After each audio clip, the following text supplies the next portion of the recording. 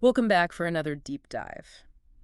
This time, we're exploring an artist named Bob Camblin, who, well, he kind of made this interesting choice to basically step out of the spotlight, let his artwork speak for itself. He even went as far as removing his signature from his pieces.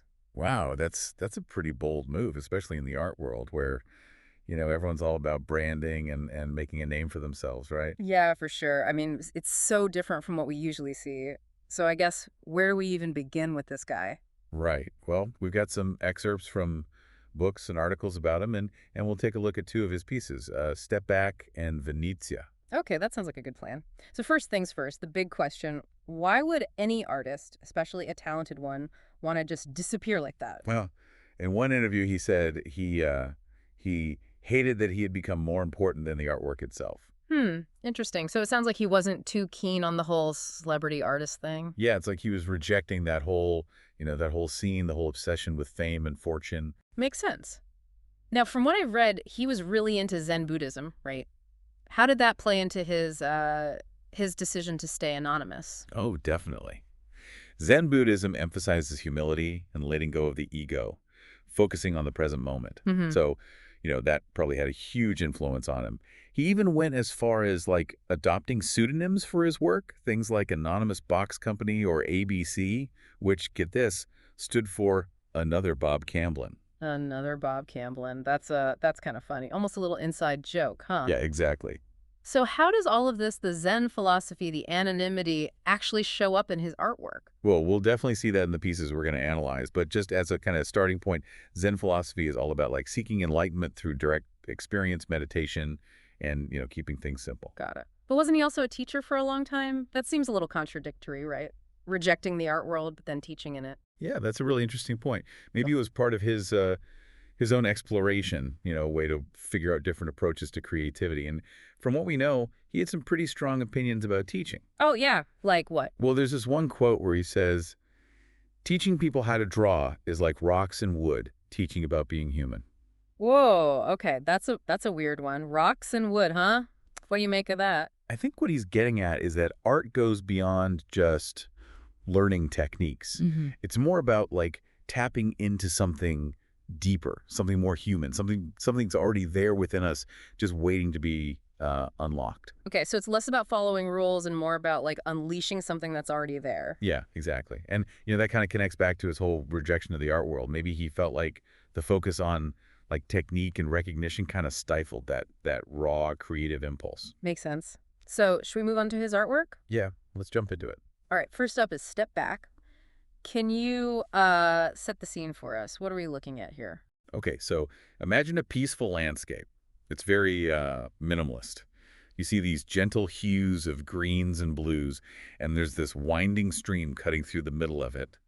A few rocks are scattered around, kind of like stepping stones, leading your eye through the piece. It sounds pretty calming already. Is there anything in particular we should be focusing on? Well, besides the overall serenity of the landscape, there's this text at the bottom. It's unfinished, and it says, "Step back."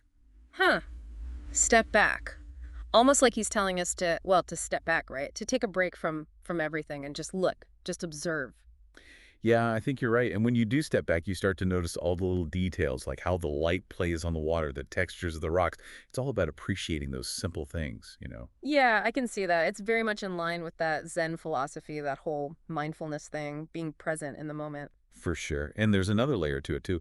Camblin was really interested in the I Ching. The I Ching, yeah, the ancient Chinese book of divination. Right. And the whole step back message, it actually ties in really well with one of the hexagrams, hexagram 29, the abysmal. The abysmal. That sounds kind of intense. It's not about a literal abyss, but more like a symbolic one. It's about situations where you feel trapped, overwhelmed, or in danger. Oh, I see. So it's more about knowing when to withdraw, when to kind of step back and reassess the situation. Exactly. And that's kind of the wisdom of the abysmal, Hmm. not to just charge ahead blindly, but to be cautious, to retreat when necessary. Yeah, that's pretty insightful. And it connects back to that step back message in the painting. Like he's encouraging us to think about that, to understand that sometimes the best thing you can do is, well, step back. Powerful stuff.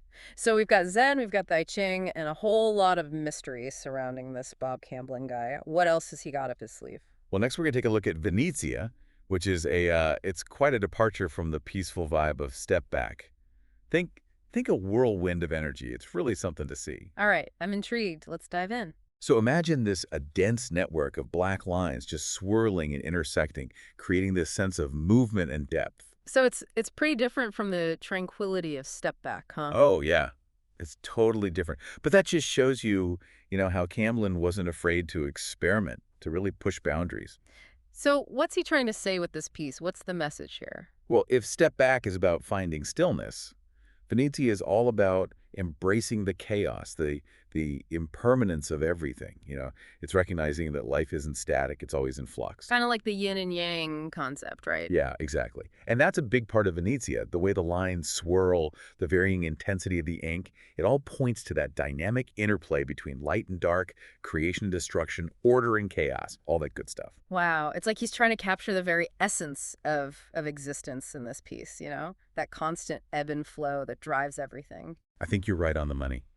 And he's also showing us that even in the midst of all that chaos, there's still this underlying harmony, a sense of connection between everything. Well, he's not saying that chaos is bad. It's more like it's just part of life, a source of energy and creativity. Absolutely. And it circles back to that Zen philosophy too. Zen is all about finding peace in the midst of change, accepting that nothing stays the same. That's deep. So even though they look totally different, Step Back and Venezia are actually kind of two sides of the same coin, right? Totally. Step back is like, take a breath, find some stillness. Yeah. Venezia is like, hey, embrace the chaos, the energy of it all. I'm really starting to see how much thought he put into these pieces. He was a deep thinker, that's for sure. All right, well, we've covered a lot of ground here, but I feel like we're just getting started. Oh, yeah, we're just scratching the surface. So let's take a closer look at Step Back. What else can we uncover here? Okay, well, let's look at that landscape again. The soft colors, that winding stream, those carefully placed rocks. It's almost like a visual representation of like a meditative state. Yeah, definitely. It's very calming, very contemplative. Do you think he chose those specific colors and forms to like deliberately create that kind of atmosphere? I think so, yeah. Remember, Camblin was all about stripping things down to their essence, Yeah. keeping things simple, just like in Zen Buddhism. Right, right. So the simplicity isn't just for looks, it's part of a bigger idea. Exactly. And speaking of those rocks, remember how we talked about the I Ching and retreating? Yeah, knowing when to step back. Well, the rocks in Step Back, they could actually represent that. They're like obstacles in the path, things that we need to navigate carefully. Interesting. So they're not just random. They're like metaphors for the challenges we face in life. That's one way to see it, yeah. They could also represent the steps along the way, points where we need to pause, think things through, maybe even change direction. I like that. And what about the stream? Could that be like the flow of life, how things are always changing? I think so, absolutely. The stream is a symbol of constant movement, of how everything is impermanent. Again, that's a core idea in Zen.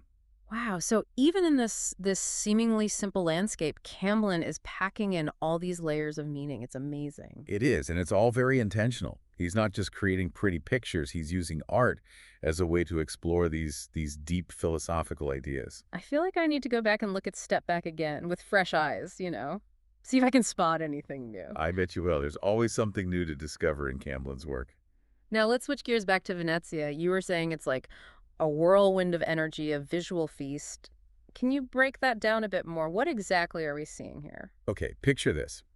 A dense, super intricate network of black lines all swirling and intersecting. It's almost like looking at a tangled web, or maybe like a map of some crazy city you've never been to. It sounds pretty intense. It is, but that's part of its power. Yeah. It pulls you in, forces you to like really engage with it, to try and find the patterns and all the apparent chaos. So it's like it's a visual representation of that idea we talked about earlier, that chaos isn't necessarily a bad thing, it's part of life. Exactly. And remember that yin and yang concept, the interplay of opposites. Yeah, how everything is made up of these complementary forces. Yeah. Like light and dark, creation and destruction. Well, Venezia is like a perfect visual metaphor for that.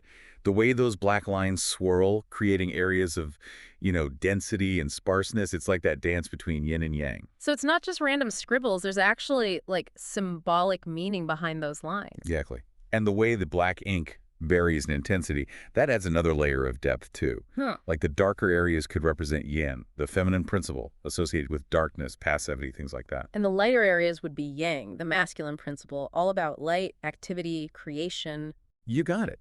So you've got this constant back and forth of visual representation of those forces that shape our reality, basically. I'm really starting to see how Camlin was able to take these ancient philosophical concepts and weave them into his artwork. It's pretty amazing. He's like bridging the gap between art and philosophy, creating this space where we can, you know, engage with these timeless ideas in a whole new way. We've gone from the serenity of step back to the dynamism of Venezia. It's been quite a journey. And we're just getting started. So we've got these two seemingly opposite pieces, but they both reflect different aspects of Camblin's his philosophy.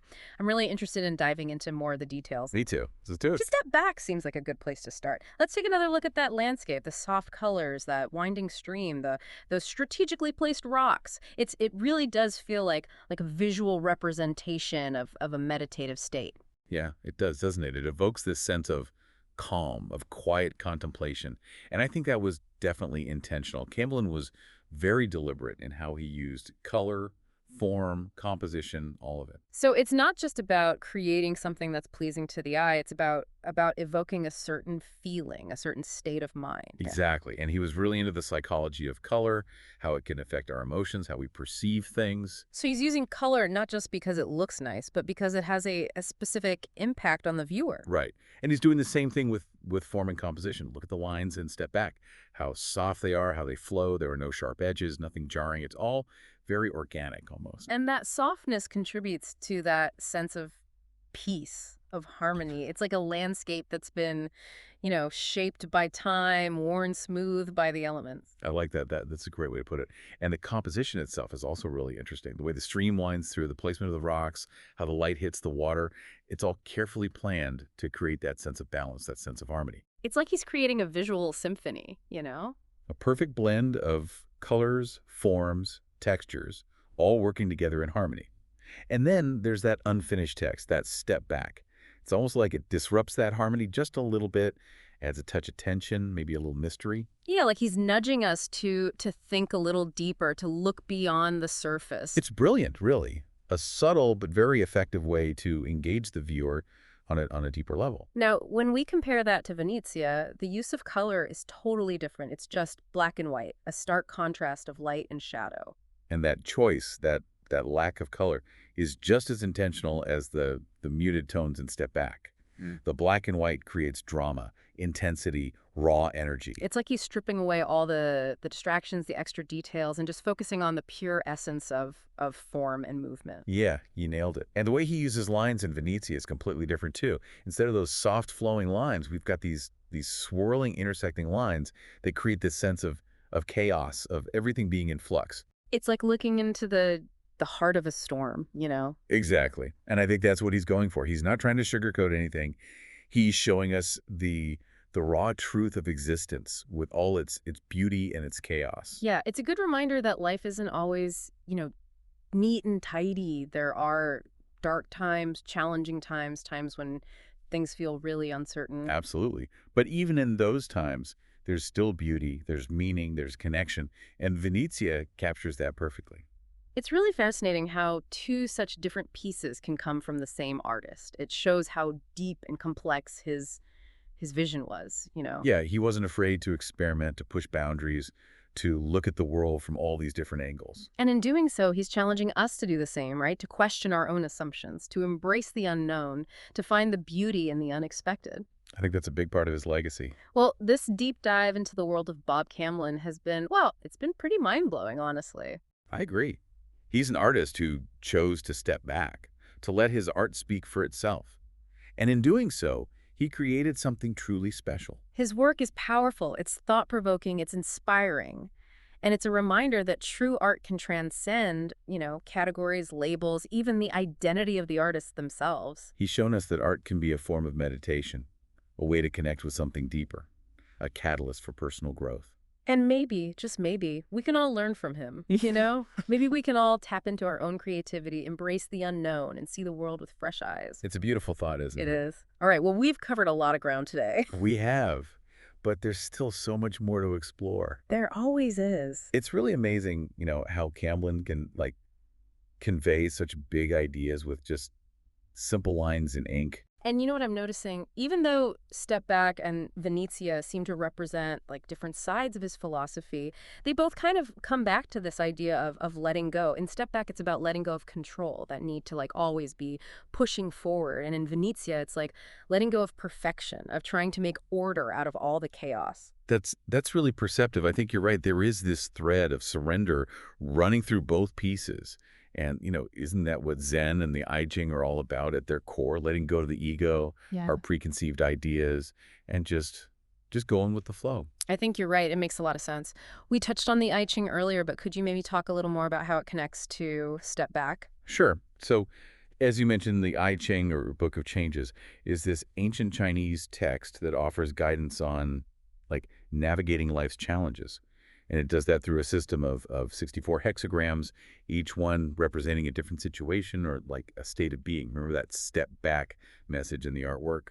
Yeah, it's like he's literally telling us to step back from the painting, from life maybe. Exactly. And that really resonates with hexagram 29, the abysmal. Now, it's not about a literal abyss, more of a symbolic one. It represents those times when we feel, stuck, overwhelmed, maybe even a little bit in danger. Oh, okay, so it's like being in a rut or facing a problem that seems impossible to solve. Yeah, that's a good way to put it.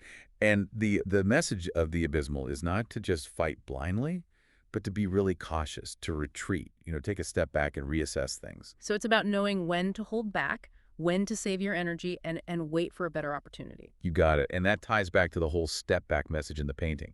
Camblin is urging us to consider that wisdom, to understand that sometimes the bravest thing you can do is step away, get some distance so you can see things more clearly. That's such a powerful message, especially these days when we're always told to, like, just push through everything.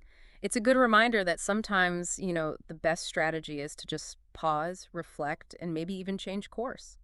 And it's something that Camblin himself seems to have done, right? He stepped back from the art world, from the whole fame game, and focused on his art, on his own path. It's like he was living the principles that he was, expressing in his art.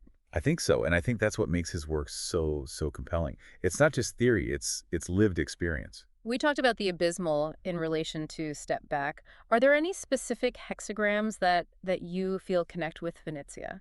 That's an interesting question. If the abysmal represents that moment of retreat, Venezia, with all its swirling energy, seems to embody a different kind of wisdom from the I Ching. I'm curious to hear what you're thinking. What comes to mind?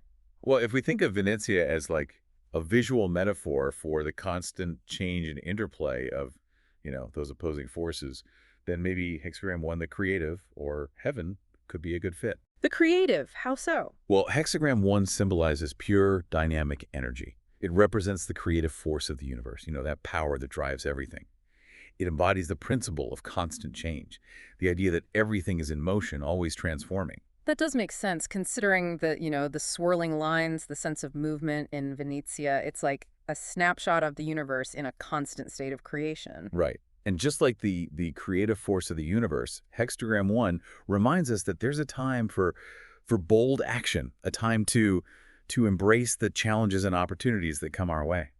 So while the abysmal suggests a strategic withdrawal, the creative encourages us to step forward and engage with the world with all its energy. Precisely. And that's what's so cool about the I Ching, I think. It offers guidance for every situation, recognizing that life is this constant dance between, action and inaction, expansion and contraction, creation and destruction. It's about finding that balance, that harmony in the middle of the chaos. Just like in Venezia, where the lines might seem random, but they create this sense of order, of beauty. Exactly. And that brings up another interesting point. Camblin didn't just randomly scribble those lines for Venezia. He was drawing inspiration from different artistic traditions. Oh, that's right. I read that he was influenced by abstract expressionism, surrealism, and even Asian calligraphy. And you can definitely see those influences in Venezia. The way he uses line and form to express emotion, it's very much like abstract expressionism. And the dreamlike, almost otherworldly feel of the piece, that definitely hints at surrealism. And if you look closely at how those lines flow and connect, you can see the influence of Asian calligraphy, Mm. with its emphasis on the expressive quality of each brushstroke. So he's taking all these different influences, blending them together, and then like filtering them through his own unique vision. Exactly. And that's one of the things that makes his work so fascinating. It's this fusion of influences, a synthesis of ideas, all coming together to create something truly unique. It's also interesting how he was inspired by all these other artists and movements, but he still chose to remain anonymous. He didn't want his personality or his influences to like overshadow the art itself. Yeah, it's like he wanted the art to just speak for itself, Mm. free from any baggage. Which again circles back to that Zen idea of letting go of the ego, the need for recognition. The art exists just for its own sake. Exactly. And I think that's a really radical idea, especially in today's world where everyone is so focused on like self-promotion and personal branding, It's like he's saying, don't look at me, look at the art, let it speak to you. and that shifts the focus. It's not about the artist as a personality anymore. It's about the art itself, the experience of it. And I think that allows for a much more, personal connection between the viewer and the artwork. You're not distracted by who the artist is, what they're trying to say. It's just you and the art, the emotions it brings up, the questions it makes you ask. It's a much more direct, more personal experience. So we know he was a teacher, and from what we've read, he was pretty unconventional in his approach. Do we have any insights into his teaching methods? We do actually. It seems like he was less concerned with like teaching technical skills Mhm. and more focused on helping his students tap into their own creative potential. So he wasn't a big fan of the traditional art school approach of like copying the masters and learning strict techniques. Not really. It sounds like he thought that was too limiting, that it could actually stifle creativity. Yeah.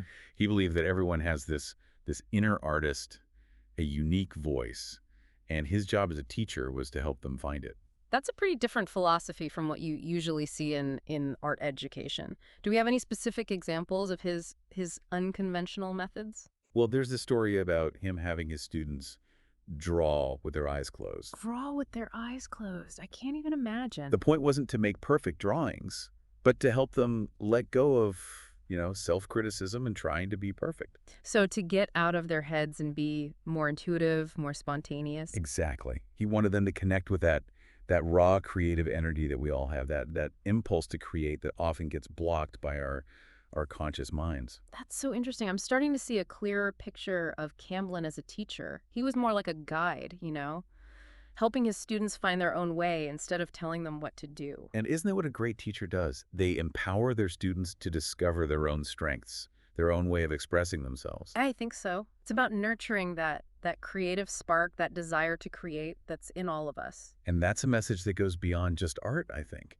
It's about finding your voice, your way of being in the world, no matter what you do. It's about embracing that creative spirit, that willingness to experiment, to break free from the rules and find your own path. And that's what Camblin's whole life was about, right? Yeah. Rejecting the conventions of the art world, choosing anonymity over fame, and just dedicating himself to his own vision. He was a real trailblazer, someone who forged his own path and through his art and his teaching inspired so many others to do the same. Now, speaking of inspiration, let's go back to step back in Venezia for a minute. We've talked about the symbolism, the philosophy, the influences, but what about the emotions they evoke? What do you feel when you look at, say, Step Back? For me, Step Back evokes this sense of peace, of tranquility. It's almost like a visual representation of what it feels like to meditate. It just makes me feel calmer, more centered. I know what you mean. There's a stillness, a quietness to it that's almost hypnotic. And I think that's deliberate.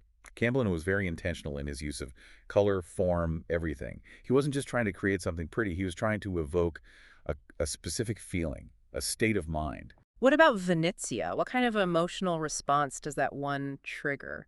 Venezia is more complex, I think. It's not as immediately soothing as Step Back. There's a tension to it, an energy that can be both exhilarating and kind of unsettling. Yeah, I see that. It's like looking into the eye of a storm, Yeah. all those emotions swirling around. Exactly, and I think that's the point. He's not trying to make things seem simpler than they are. He's showing us the raw truth of life with all its beauty and its messiness. It's a reminder that life isn't always easy, that there are going to be tough times, confusing times, times when everything feels upside down. But even in those times, there's still beauty, there's meaning, there's this connection that we all share.